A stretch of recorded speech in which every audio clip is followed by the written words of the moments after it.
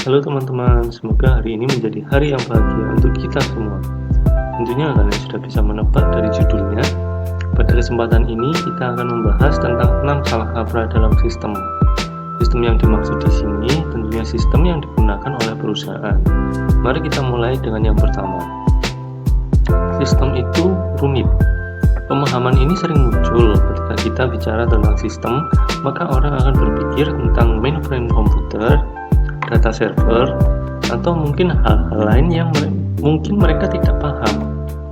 Jika kita melihat kembali dari segi definisi, sistem berasal dari bahasa Latin sistema, yang berarti suatu kesatuan yang terdiri dari komponen atau elemen yang dihubungkan bersama untuk memudahkan aliran informasi, materi, atau energi untuk mencapai suatu tujuan. Secara logika, bagaimana kita bisa mencapai suatu tujuan jika kita menggunakan komponen atau elemen atau informasi yang menyulitkan para penggunanya dalam mencapai tujuan? Tentunya kita ingin mencapai tujuan kita dengan suatu alat yang mudah dipahami dan mudah digunakan.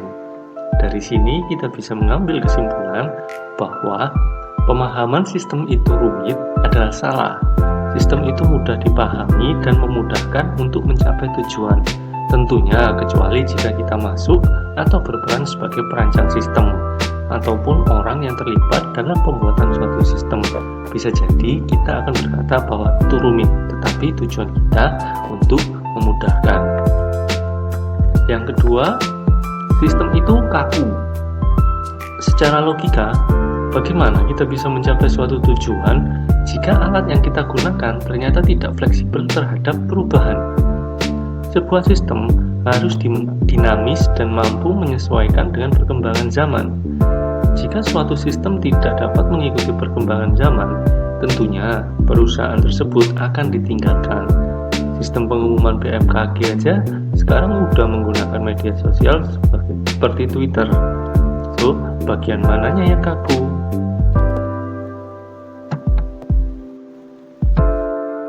Sistem pasti melibatkan teknologi. Pada kenyataannya, tentu saja tidak. Sistem tidak harus melibatkan teknologi. Misalnya seperti sistem pencernaan, sistem pernapasan, dan lainnya. Lagi pula, jika sistem melibatkan teknologi, maka perusahaan yang ada sebelum teknologi berarti beroperasi tanpa adanya sistem. Sistem yang melibatkan teknologi biasanya disebut sistem teknologi. Misalnya seperti sistem teknologi informasi atau sistem lainnya. Dari hal tersebut, maka bisa diambil kesimpulan bahwa sistem tidak harus melibatkan teknologi. Sistem itu mahal. Sistem tidak harus mahal, kan masih ada sistem manual, sehingga perusahaan tidak perlu memaksakan untuk menggunakan teknologi terbaru dalam sistemnya. Tapi sistem yang bagus itu sistem yang mahal. Jika kita melihat definisinya kembali, sistem merupakan kerjasama dua atau lebih elemen untuk mencapai tujuan. Dari definisi tersebut, sistem yang bagus adalah sistem yang mengantarkan kita mencapai tujuan. Semahal apapun suatu sistem, jika tujuan tidak tercapai, maka sistem tersebut dapat dinyatakan tidak bagus. Sistem itu ibarat baju. Jika tubuh kita kecil, maka lebih baik kita menggunakan baju ukuran S. Jika badan kita kecil tapi menggunakan XL, meskipun itu keluaran dari desainer ternama, tentunya akan terlihat sangat tidak cocok. Penggunaan sistem yang sesuai dengan tujuan perusahaan merupakan sistem yang paling bagus. Sistem manual ketinggalan zaman. Di zaman serba modern, tentunya kita ingin menggunakan segala sesuatu yang berhubungan dengan teknologi. Tetapi perlu diingat juga, jika untuk perusahaan tetap ada pertimbangan, yaitu pertimbangan biaya dan manfaat.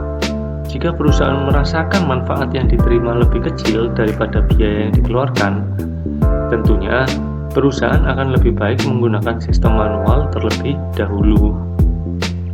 Hal ini biasanya berlanjut pada pertanyaan bahwa jika kita menggunakan sistem manual, maka prosesnya bisa jadi lebih lama. Sebenarnya yang perlu diperbaiki adalah sistem perhitungan biayanya. Terkadang perusahaan lebih memilih untuk tidak membayar lembur pekerja untuk menghemat pengeluaran perusahaan sehingga biaya yang dikeluarkan jadi jauh lebih murah. Secara moneter mungkin saja itu benar, namun harga yang dibayar oleh perusahaan bisa jadi lebih besar karena lembur adalah suatu gejala bahwa sistem yang ada pada perusahaan sudah tidak memadai dalam operasional perusahaan.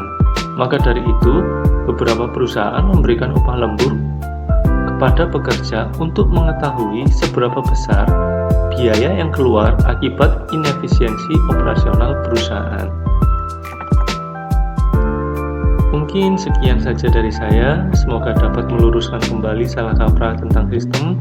Untuk selanjutnya, jika tidak berkenan bisa di skip saja, namun jika berkenan saya berterima kasih sekali.